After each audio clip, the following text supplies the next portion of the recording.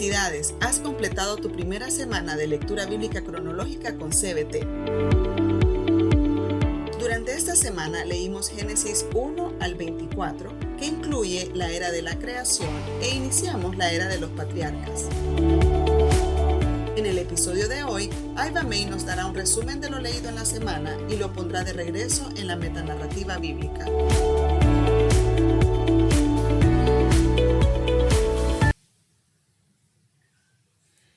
Esta semana leímos Génesis del 1 al 24. Son 3.200 años de historia y muchas cosas han ocurrido. Somos introducidos a la creación de Dios con la palabra hablada. Todo era caos y Dios habló y creó. Creó la vida. También Dios habla y evalúa lo que ha creado. Dios nos demuestra que es poderoso y que es absolutamente bueno. Todo lo que Dios hace es de su pura bondad. Al final de cada día, Él evalúa y dice, es bueno. Porque Él es bueno y solo puede hacer lo que es bueno. Cuando Dios creó el jardín del Edén, Él se aseguró de que todo fuese hermoso a los ojos y todo fuese bueno.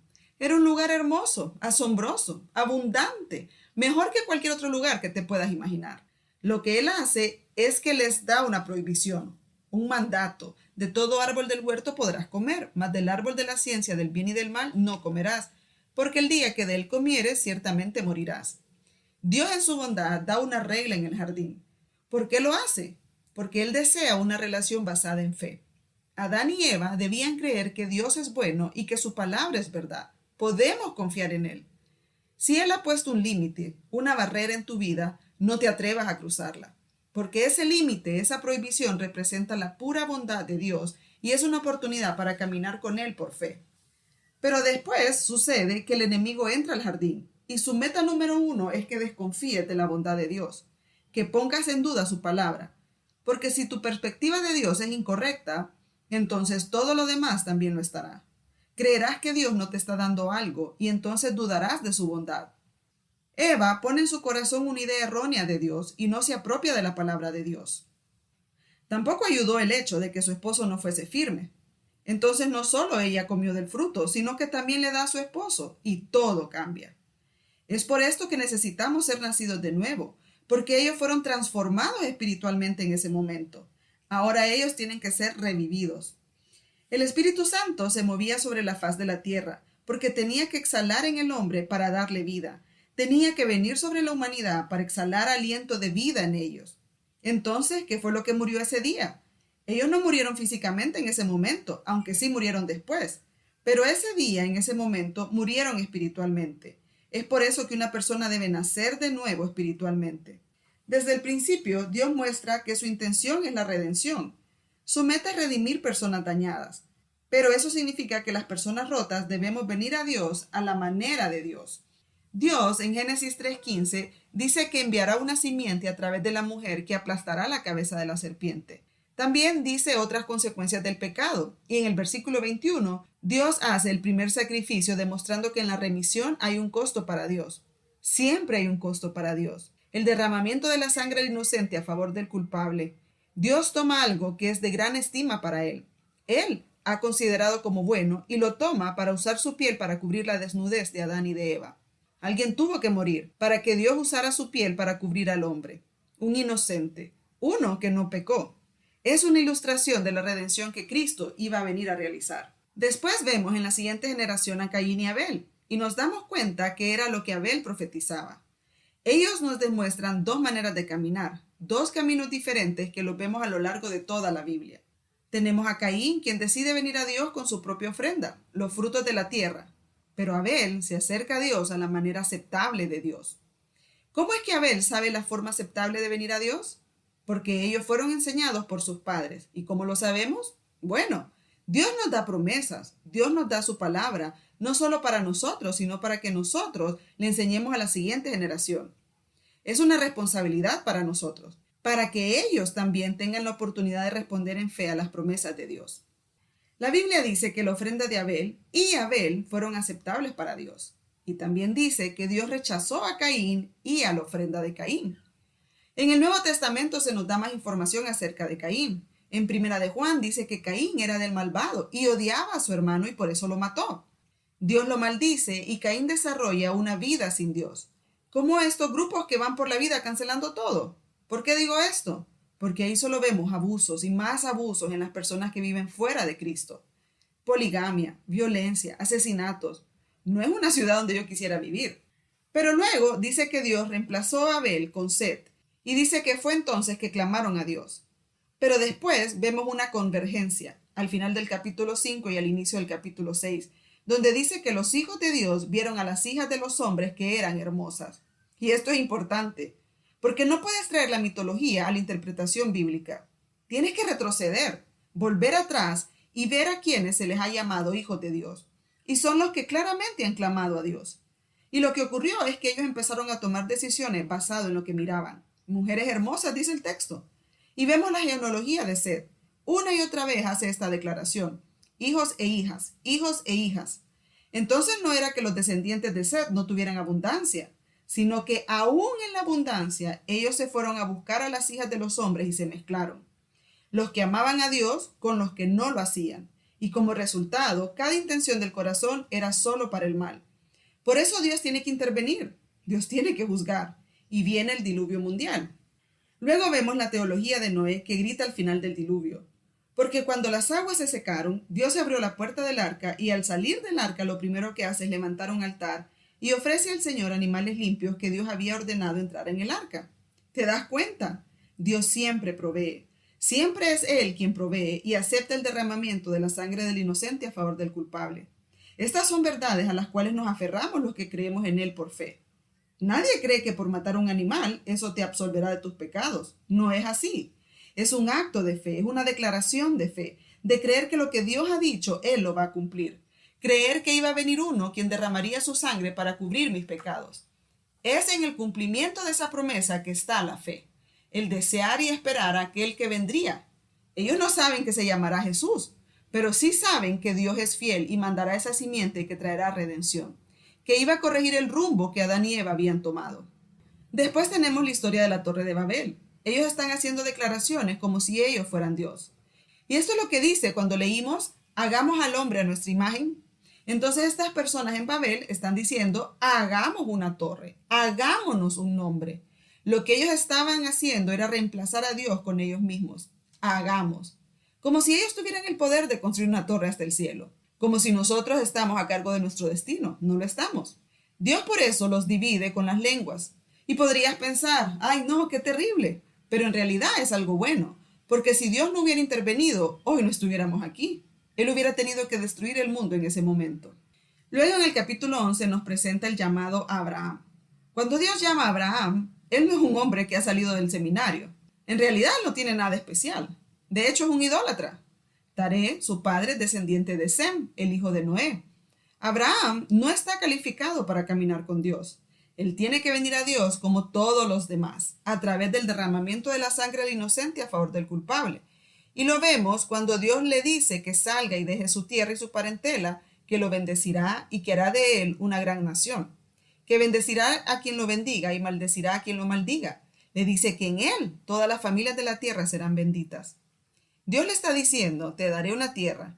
Pero Abraham no puede solo ir y tomar la tierra, porque ya viven ahí 5 tribus feroces que luego se vuelven 7. Pero Dios le promete una tierra y también un gran nombre. Dios lo trajo a su historia porque Él va a utilizar a Abraham para enseñarnos a nosotros cómo es caminar por fe. ¿No es Dios maravilloso? La fe viene por el oír la palabra de Dios. Entonces Abraham escuchó la palabra de Dios y obedeció, y salió de su tierra. ¿Y qué es lo primero que hace cuando llega a Canaán? Construye un altar para el Señor. Y saben, es importante que sepas algo. Esto nos enseña que las personas que van al altar son personas alteradas. No son personas perfectas, son personas alteradas que tendrán que vivir cerca del altar, vivir regresando al altar. Dios lo llama a caminar con Él por fe, y no es una caminata perfecta. Y eso es algo que me encanta de Dios, porque Dios no toma a los patriarcas y los hace perfectos antes de presentárnoslos. No los limpia antes, porque si las personas de la Biblia fueran perfectas, nosotros no tendríamos esperanza. Es que no podríamos tener esperanza. Por eso es que los siervos perfectos en nuestras iglesias hoy son peligrosos, porque son tan perfectos externamente que se ven como si ya tuvieran todo bajo control. Pero esa es una imagen modificada. porque basan su comportamiento en el que dirán o en cómo los hace ver. Tienen una imagen inmaculada, pero cuando te acercas a sus vidas te das cuenta que no es lo que parece. Nosotros somos muy hábiles para presentar una imagen perfecta, pero lo que Dios nos enseña es que no hay imagen perfecta. Dios nos muestra quién es Abraham realmente y eso es lo que nos da esperanza. Con esto en mente, quiero compartirles algo. Nuestro hijo mayor salió del closet. Él tiene una relación homosexual. Y en la noche de Navidad, él nos dio la noticia que se va a casar. Y yo no les puedo decir cómo esto ha puesto a prueba mi fe. ¿Cómo es posible que Dios, que todo lo hace para bien, saque algo bueno de esta situación? Pero yo sé que Dios me ha dado promesas. Promesas para mis hijos también. Y es que esto no niega lo que yo veo que está ocurriendo en sus vidas. Yo pienso, agárrate, Aiva, aférrate, porque Dios te va a enseñar cosas de Él que nunca hubieras podido aprender si todos tus hijos caminaran con Dios. Las personas me miraban como una maravillosa madre cristiana, pero ahora las personas están cuestionando mi maternidad. Y entonces yo empiezo a darle vueltas. ¿Qué hice mal? ¿A dónde me equivoqué? Pero saben, me doy cuenta que lo verdaderamente asombroso es que uno de mis hijos ame a Jesús. Ese es el milagro. Porque date cuenta, ellos tuvieron una madre pecadora. Así que yo estoy aprendiendo mucho acerca de la gracia. Estoy aprendiendo mucho debido a este increíble regalo que Dios nos ha dado como familia. En cómo vivir en un mundo que está profundamente inmerso en el pecado sexual. Es un regalo porque estoy aprendiendo a amar a otros que están fuera de mi círculo de la iglesia. Porque tal vez de otra manera yo no estaría en esta relación así. Me lleva a tomar decisiones que yo nunca pensé tendría que tomar. Y esto me lleva a una desesperada búsqueda de Dios que yo nunca habría experimentado si no fuera por esta situación. Soy transparente con ustedes, porque no soy perfecta. Yo busco caminar con Dios por fe, porque vengo de mucho pecado personal, pecado familiar, y por eso es que el Dios de Abraham es el Dios de Aiva May. Así como Dios trabajó con Abraham, así lo hace conmigo. Y yo estoy muy agradecida con el llamado de Abraham y cómo Dios registra su vida y no limpia su imagen antes de venir a nosotros. Dios le enseña a Abraham a caminar por fe en un mundo caído. Una persona pecadora como Abraham, como yo. Él soy yo. No sé si me entienden. O sea, Abraham soy yo. Él, al igual que yo, es pecador. Él necesita un salvador. Abraham también tiene un hijo pecador que necesita un redentor. Él tiene nietos que necesitan un salvador. Porque recuerda, Abraham tiene a Jacob. Nosotros no pensamos en Abraham como un abuelo. ¿Cómo fue para él aprender a caminar con Dios por fe y luego ver a Isaac cometer errores? E Isaac fue un hombre de altar, alterado por Dios, pero que cometió errores. Un hombre pecador tratando de vivir en un mundo caído. Imagínate su vida si él no se hubiera encontrado con el Dios viviente. Lo que cambia el juego es Dios. Siempre es Dios. Por eso es que tenemos esperanza. Cuando nos damos cuenta de nuestra mortalidad y por eso anhelamos la resurrección. Es hasta ese día que nos veremos a nosotros mismos bajo la perspectiva de Dios. En Primera de Juan dice que cuando lo veamos a Él, seremos como Él. Lo veremos como Él es y por primera vez estaremos completos, porque ahora estamos incompletos. Por eso necesitamos ayuda y estas historias nos ayudan. Entender que Dios se presenta a Moisés como el Dios de Abraham, Isaac y Jacob. Y así se refiere Jesús a Dios en el Nuevo Testamento. Así lo debo de ver yo en mi caminar con Él. Piensa en eso. Para concluir, debemos de conocer y apropiarnos de la palabra de Dios. No es suficiente conocerla superficialmente. Debemos conocerla bien para que no tengamos conclusiones erróneas, como Eva lo hizo, que dijo que no solo no debían comer del fruto, sino que no lo podían tocar porque entonces morirían. Eso no fue lo que Dios dijo. Tenemos que conocer exactamente lo que Dios dijo y apropiarnos de su palabra. Debemos vivir de acuerdo a la perspectiva bíblica de quién es Dios. Una de las cosas que yo más amo del Antiguo Testamento y que leo y digo es, Dios, mírate, mira cómo obras, mira tu gracia, tu paciencia y me llena de gratitud. Toda alabanza, toda adoración es esta. Maravíllate mirando al Señor, cómo Él obra. Mira qué bueno es, cuán bondadoso, cómo perdona. Ese es nuestro Dios. También tenemos que tener una visión clara y real del carácter del hombre. Dios no está interesado en que obtengamos la medalla legalista. El carácter del hombre es que somos pecadores portadores de su imagen. Somos peor de lo que creemos y necesitamos redención. En 1976, Dios me rescató de mí misma. Cuando Dios llama a una persona, la llama para que vivan vidas centradas en el altar. Nunca serás espiritualmente maduro. Nunca serás tan espiritualmente maduro que no tengas que vivir cerca del altar. Nunca. Si crees eso, entonces te han engañado. Debemos vivir diariamente a los pies de la cruz. Yo necesito salvación hoy tanto como ayer.